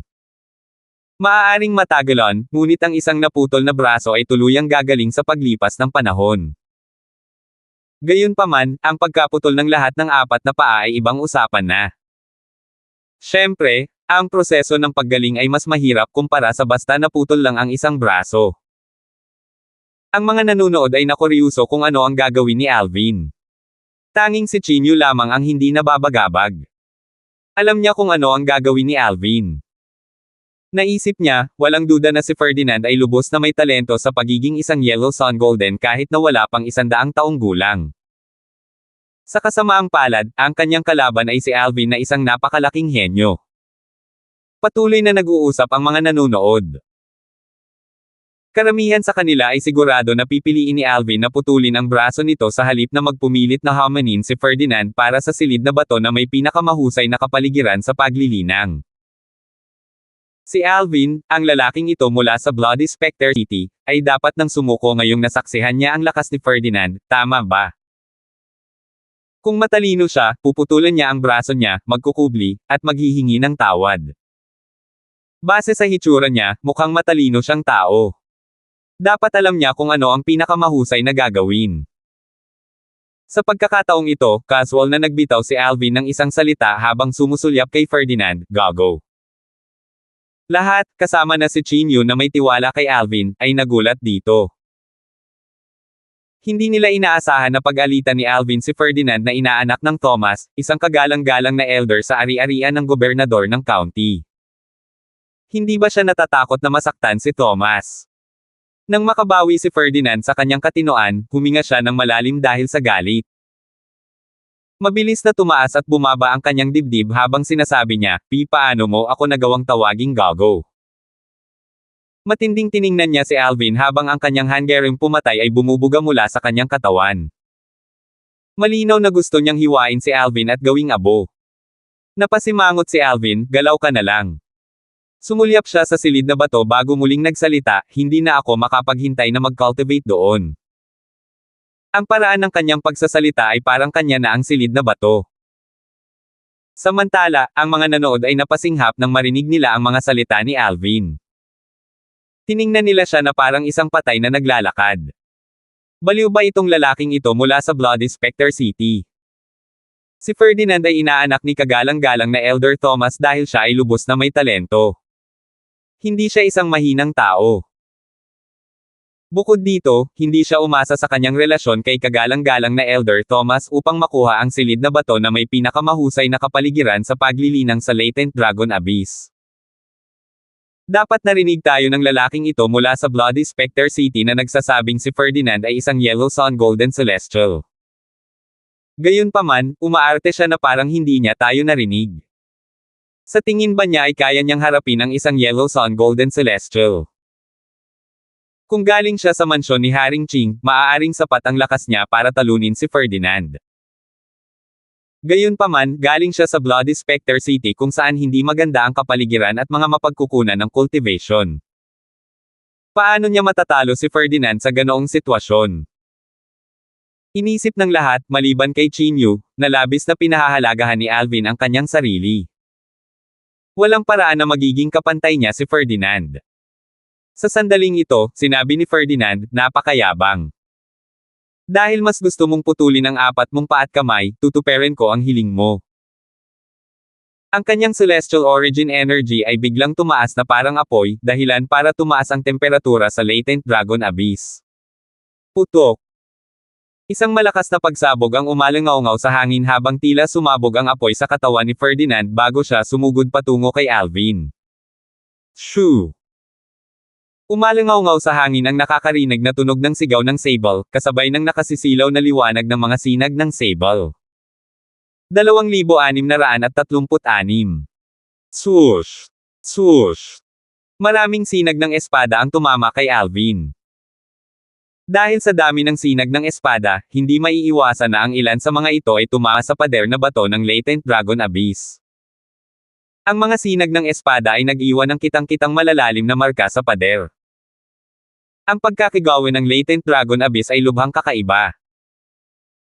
Kung hindi, dahil sa kanyang celestial origin energy at sa lalim ng kanyang celestial methods at divine abilities, ang mga saber ray ni Ferdinand ay maaaring magdulot ng mas maraming pinsala sa pader.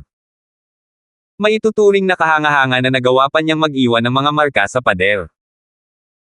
Tutal, ang mga pader ay napakatibay na kahit ang isang ordinaryong Crimson Sun Golden Celestial ay hindi makakapag-iwan ng marka dito. Batay dito, makikita kung gaano kalakas ang atake ni Ferdinand. Bukod dito, hindi pa niya nabubunot ang kanyang celestial weapon. Napakalakas. Ito ang lakas ng isang Yellow Sun Golden Celestial. Habang sumusugod si Ferdinand patungo kay Alvin sa kalangitan na puno ng mga sinag ng espada, ang mga nakamasid ay pigil ang hininga at walang kurap na nakatitig sa tanawin sa harap nila. Ang mga sinag ng espada ay parang maliliit na araw na nakapalibot kay Ferdinand. Habang tumatama ang mga ito patungo kay Alvin, tila lulunod siya ng mga ito. Nang makita ito, lahat, maliban kay Chinyu, ay natitiyak na mapuputol ang 4 na paa ni Alvin. Sa sandaling ito, umalangaw-ngaw ang mahinahong boses ni Alvin. Ito lang ba ang kaya mo? Bagamat hindi malakas ang boses niya, nakakabingi ang tunog nito sa pandinig ng lahat. Shoo! Shoo! Bago pa man magkaroon ng oras sa sinuman, kasama na si Ferdinand, na makaabot, isang sunod-sunod na sigaw ng espada ang umalangaw-ngaw sa Latent Dragon Abyss. Gumagawa na ng hakbang si Alvin. Naisip ni Chinyu sa sarili. Hindi mabilang na mga daga ng espada ang lumitaw sa gitna ng mga sinag ng saber sa sandaling ito. Sa sandaling lumitaw ang ideya sa isipan ni Chinyu, ang mga sinag ng espada ay nagliwanag ng may matindi at nakasisilaw na liwanag, na nagliwanag sa buong Latent Dragon Abyss. Ito ay nakakasilaw na liwanag na kinailangan pang ipikit ng karamihan ang kanilang mga mata para makakita. Bumuhos. Bumuhos. Kasabay nito, sunod-sunod na pagsabog ang umalangaw-ngaw sa hangin. Nang sa wakas ay iminulat ng mga nakamasid ang kanilang mga mata, laking gulat nila nang makitang tuluyan nang naglaho ang mga sinag ng espada na nakapalibot kay Ferdinand. Tila nawala ng bisa ang atake ni Ferdinand. Tanging ang mga sinag ng espada na lamang ang natitira. Para silang isang kawan ng mga pirana na lumalangoy patungo sa kanilang biktima habang patungo sila kay Ferdinand. Bumuhos. Isa na namang sunod-sunod na nakabibinging pagsabog ang umalangaw-ngaw muli sa hangin. Nagdulot ito ng isang bagyo, dahilan para gumalaw ang mga balabal ng lahat.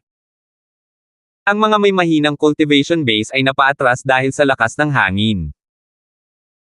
Bahagyang may bahid ng pagkabalisa ang maririnig sa boses ni Ferdinand habang nagbabanta niyang sinasabi, ang ninong ko ay si kagalang-galang na Elder Thomas sa ari-arian ng gobernador ng county. Kung maglalakas loob kang saktan ako, hindi mo lang lalabagan ang mga patakaran ng latent dragon abyss, kundi mapapahamak mo rin ang aking ninong. Sa sandaling ito, hindi na siya kasing arrogant at mayabang gaya ng dati. Kitang-kita ang takot sa kanyang mga mata habang tinitingnan niya ang libu-libong sinag ng espada na lumilipad patungo sa kanya. Sinubukan niyang tumakas, ngunit natuklasan niyang nakadikit sa kanya ang mga sinag ng espada. Kahit na tumakbo siya, hahabulin pa rin siya ng mga ito. Nagkakamali ang mga tao, likas na sa tao iyon. Walang pakialam na sabi ni Alvin na may madilim na ekspresyon sa kanyang mukha bilang tugon sa mga banta ni Ferdinand. Swoosh! Swoosh! Pagkatapos magsalita ni Alvin, muling lumiwanag ang mga sinag ng espada.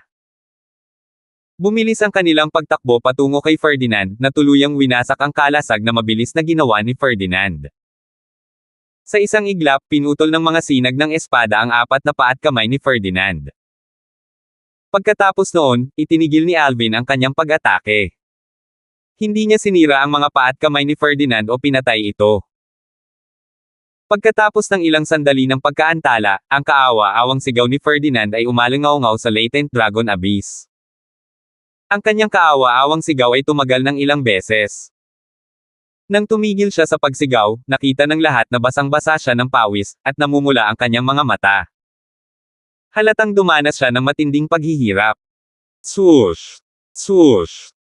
Sa ilalim ng mapagmasid na mga mata ng lahat, hinati ni Ferdinand ang kanyang celestial origin energy sa apat at sinalo ang kanyang mga patkamay bago muling ikinabot ang mga ito. Pagkatapos nito, sa wakas ay bumalik ang ilang kulay sa kanyang maputlang mukha. Nagningning ang kanyang mga mata sa hinanakit at galit habang tinatitigan niya si Alvin at sinabing, Alvin, bilang ang naghahaman, malubhang nasaktan mo ang iyong hinamon. Ito ay isang tahasang pagwawalang bahala sa mga patakarang itinakda ng gobernador ng Lord County. Ako, si Ferdinand, ay hindi hahayaan ang bagay na ito.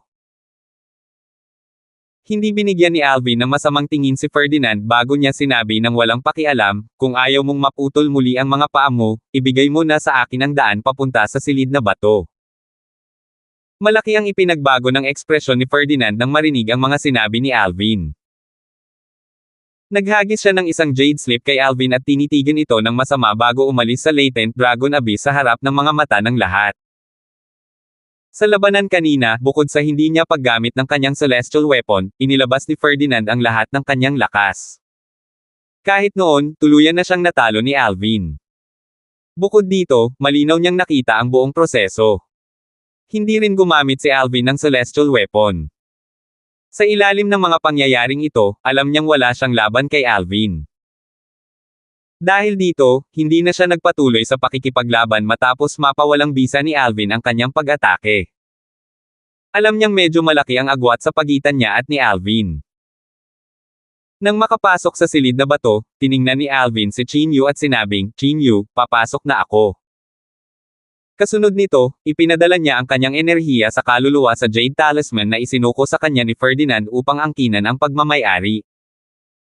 Ito ay magbibigay daan sa mga Formosayon sa silid na bato na makilala siya at makapasok.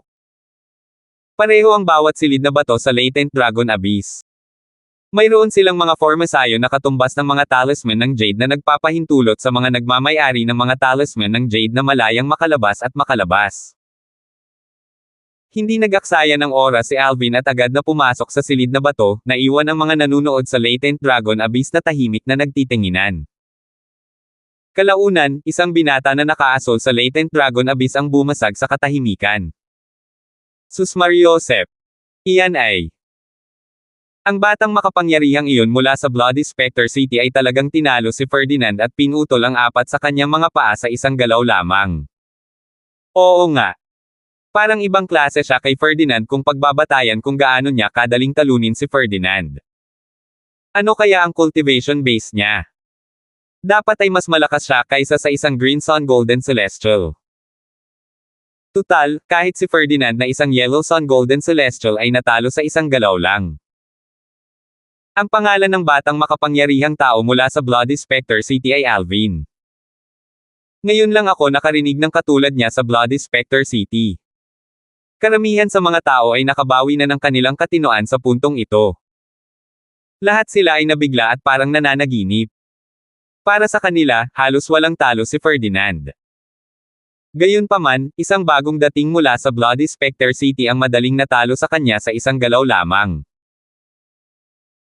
Maaaring hindi pa nila ito napansin, ngunit sinimula na nilang tawagin si Alvin bilang isang batang makapangyarihang nilalang sa halip na ang binata mula sa Bloody Spectre City. Maya-maya, may tumingin kay Chinyu at masiglang nagtanong, "Kapatid, taga Bloody Spectre City ka rin ba?" Oo. Tumango si Chinyu.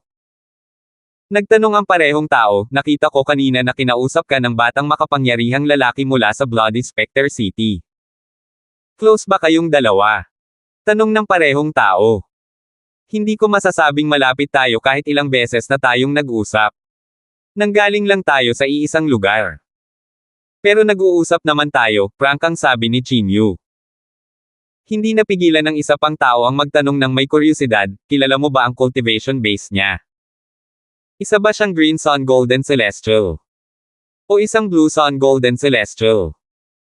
Kung isa siyang Blue Sun Golden Celestial, malamang siya lang ang Blue Sun Golden Celestial na wala pang 100 taong gulang sa buong Nine Spectre County sa nakalipas na 1,000 taon.